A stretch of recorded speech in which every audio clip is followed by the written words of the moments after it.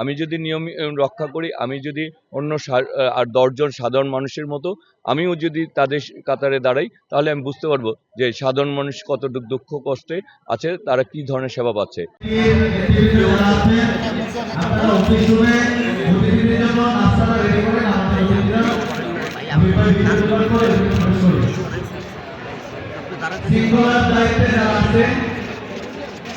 আমরা একজন নেতা বা একজন কর্মীর দায়িত্ব কি?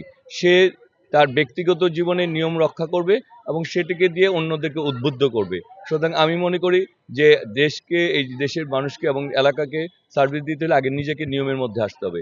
আমি যদি নিয়ম রক্ষা করি, আমি যদি অন্য আর 10 জন সাধারণ মানুষের মতো আমিও যদি তাদের কাতারে দাঁড়াই, তাহলে আমি বুঝতে পারবো যে সাধারণ মানুষ কতটুকু দুঃখ কষ্টে আছে, তারা কি ধরনের সেবা পাচ্ছে। এবং নিয়মের জায়গায় নিজেকেই আগে নিয়ম রক্ষা করতে হবে, তাহলে তো আমি আরেকজনকে নিয়মের কথা বলতে পারবো। আমি তো বললাম যে আমরা যারা রাজনৈতিক কর্মী, আমরা তো আসলে আমাদের নিয়মের মধ্যে চলেই আমরা তো অন্যদেরকে উদ্বুদ্ধ করব, তাই না?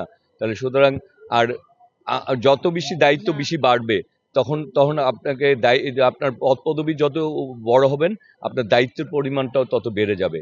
সুতরাং আর নিয়মের জায়গাটাও আরো কড়াকড়ি হবে।